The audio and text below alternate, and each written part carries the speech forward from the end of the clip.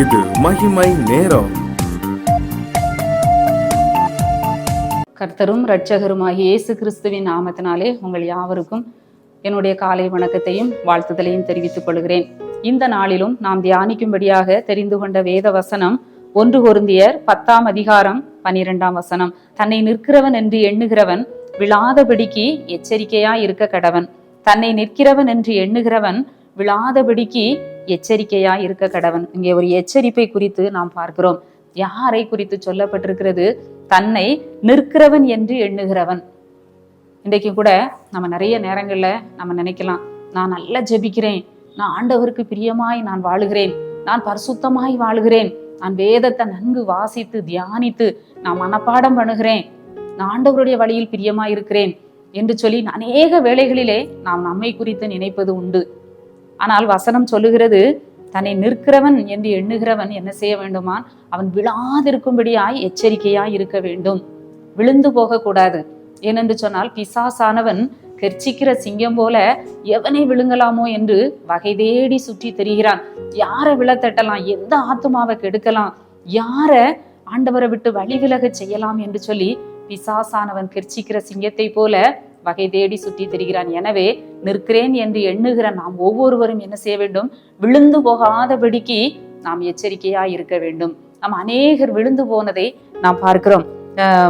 தள்ளப்பட்ட தூதர்களை குறித்து நாம பார்க்கிறோம். தூதர்கள் என்ன செய்து போனார்கள்? தள்ளப்பட்டு போனார்கள். அவர்கள் நிற்கிறேன், அவர்கள் மிகுந்த தேவனுக்கு மகிமையாக, தேவனுக்கு சமமாக அந்த அளவுக்கு தேவனோடு இருந்த தூதர்கள் தங்களுடைய பெருமையினால என்ன செய்யப்பட்டார்கள்? தள்ளப்பட்டு விழுந்து போனதை நாம் பார்க்கிறோம். இன்னும் கூட நம்ம தாவீதை குறித்து பார்க்கிறோம். தாவீதை குறித்து ஆண்டவரே சொல்லுகிறார், என் இருதயத்துக்கு ஏற்றவன் என்று சொல்லப்பட்ட நல்ல சாட்சி பெற்ற தாவீது கூட ஒரு சந்தர்ப்பத்திலே விழுந்து போனதை நாம் பார்க்கிறோம். ஒரு பெண் விஷயத்திலே தாவீதும் என்ன செய்கிறார்? விழுந்து போகிறதை நாம் பார்க்கிறோம். இன்னும் கூட ஆண்டவரோடு இருந்த, ஆண்டவர் மேல் வைராக்கியமாய் இருந்த சீஷன் பேதுருவை குறித்து நாம் பார்க்கிறோம். ஆண்டவரே, காவலிலும் சாவிலும் நான் உம்மை பின்பற்றி வருவேன் என்று சொல்லி வாக்கு கொடுத்த அந்த பேதுருவை குறித்து நாம் பார்க்கிறோம். அந்த பேதுருவும் கூட, நிற்கிறேன் என்று எண்ணின அந்த பேதுருவும் கூட என்ன செய்து போனார்? விழுந்து போனதை நாம் பார்க்கிறோம். மரண பயம், தன்னையும் பிடித்து கொலை செய்து விடுவார்களோ என்று சொல்லி மரண பயத்திலே ஆண்டவரை சபிக்கவும் சத்தியம் பண்ணவும் தொடங்கினதை குறித்து நாம் பார்க்கிறோம். இன்னும் கூட யூதாசை குறித்து நாம் பார்க்கிறோம். ஆண்டவரோடு கூட இருந்த ஒரு மனிதன், நல்ல ஒரு பொறுப்புல, பண பொறுப்புல இருந்த ஒரு மனிதன் தான் அவனும் என்ன செய்து போனான்? பண ஆசையிலே விழுந்து போனதை நாம் பார்க்கிறோம். இன்னும் கூட இஸ்ரவேல் ஜனங்களும் என்ன செய்தார்கள்? விழுந்து போனதை நாம பார்க்கிறோம். இந்த 1 கொரிந்தியர் 10ஆம் அதிகாரம் இந்த வசனத்துக்கு முன்னாடி உள்ள வசனங்களெல்லாம் நாம பார்க்கிற பொழுது, இந்த இஸ்ரவேல் ஜனங்கள் தேவனால் தெரிந்து கொள்ளப்பட்டவர்கள், தேவனால் அழைக்கப்பட்டவர்கள், கானானுக்கு நேராக வழிநடத்தப்பட்ட ஜனங்கள் தான். ஆனாலும் கூட அப்படிப்பட்ட ஜனங்களும் என்ன செய்து போனார்கள்? விழுந்து போனதை நாம் பார்க்கிறோம்.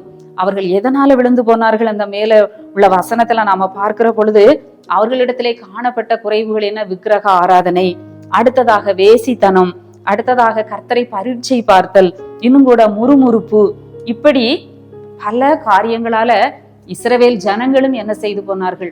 விழுந்து போனார்கள் என்று சொல்லி நாம் பார்க்கிறோம். கிறிஸ்துவை பரீட்சை பார்த்தார்கள், ஆண்டவரை முறுமுறுத்தார்கள், வேசித்தனம் பண்ணினார்கள், இன்னும் விக்கிரக ஆராதனை செய்தார்கள் என்று சொல்லி நாம் பார்க்கிறோம்.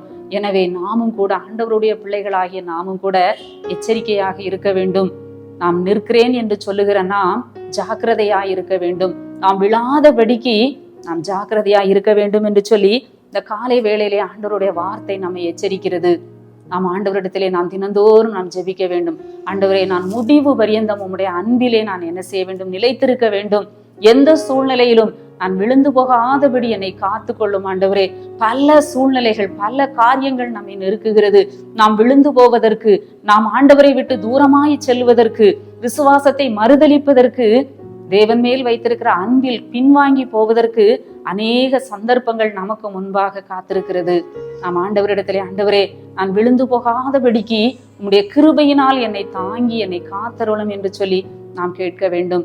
ஏனென்றால் நமக்கு விரோதமான ஒரு சக்தி, எப்படி தேவனுடைய சக்தி நம்மை தாங்குகிறதோ அதுபோல நமக்கு விரோதமாக பிசாசின் சக்தி நம்மை என்ன செய்கிறது? எப்பொழுது நம்மை அழிக்கலாம், எப்பொழுது நம்மை விழத்தட்டலாம், எப்பொழுது நமக்கு ஒரு குற்ற மனசாட்சியை பாவம் செய்ய வைத்து நமக்கு ஒரு குற்ற மனசாட்சியை கொண்டு வருகிற அந்த பிசாசின் கிரியை எப்பொழுது நம்மை தாக்கலாம் என்று சொல்லி நம்மேல் கண் வைத்து கொண்டிருக்கிறான். எனவே நாம் ஜாக்கிரதையாக இருக்க வேண்டும். ஆண்டவருடைய அன்பிலே நம்மை காத்து கொள்ள வேண்டும். ஆண்டவர் மேல் இருக்கிற விசுவாசத்திலே நாம் நம்மை காத்து கொள்ள வேண்டும்.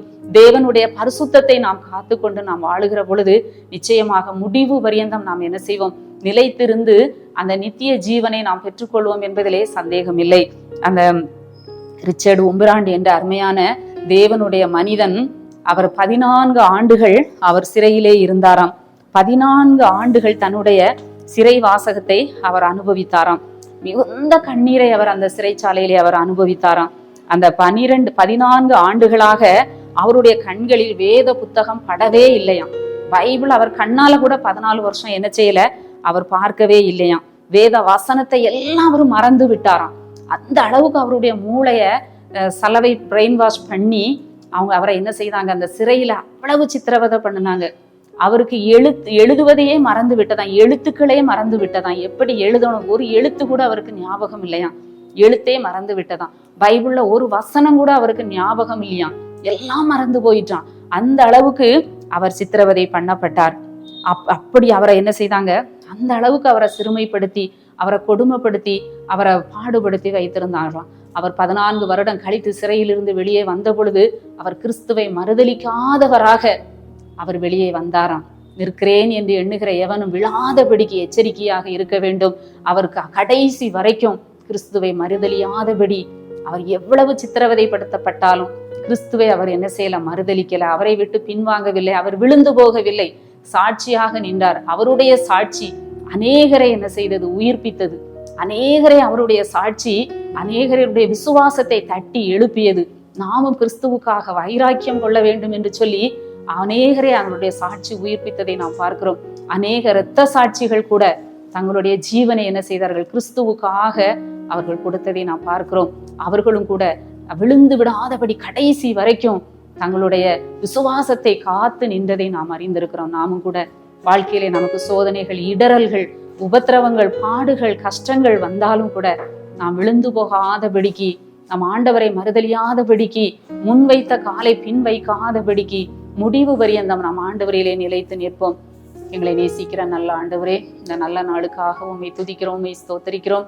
நாங்களும் கூட ஆவிக்குரிய வாழ்க்கையிலே பெருமை கொள்ளாதபடி, நான் நிற்கிறேன் என்று சொல்லி எங்களை குறித்து நாங்கள் மேட்டிமையாக எண்ணாதபடி, ஜாக்கிரதையாய் வாழ, விழுந்து போகாதபடி முடிவு பரியந்த நிலைத்து நிற்க எங்கள் ஒவ்வொருவருக்கும் ஆண்டவர் பலன் கொடுங்க. இந்த நாள் முழுவதும் உங்க கிருபையின் பிரசன்னம் எங்களை தாங்கி வழி நடத்தட்டும். மீட்பர் இயேசு கிறிஸ்துவின் மூலம் ஜெபிக்கிறோம் நல்ல பிதாவே, ஆமேன்.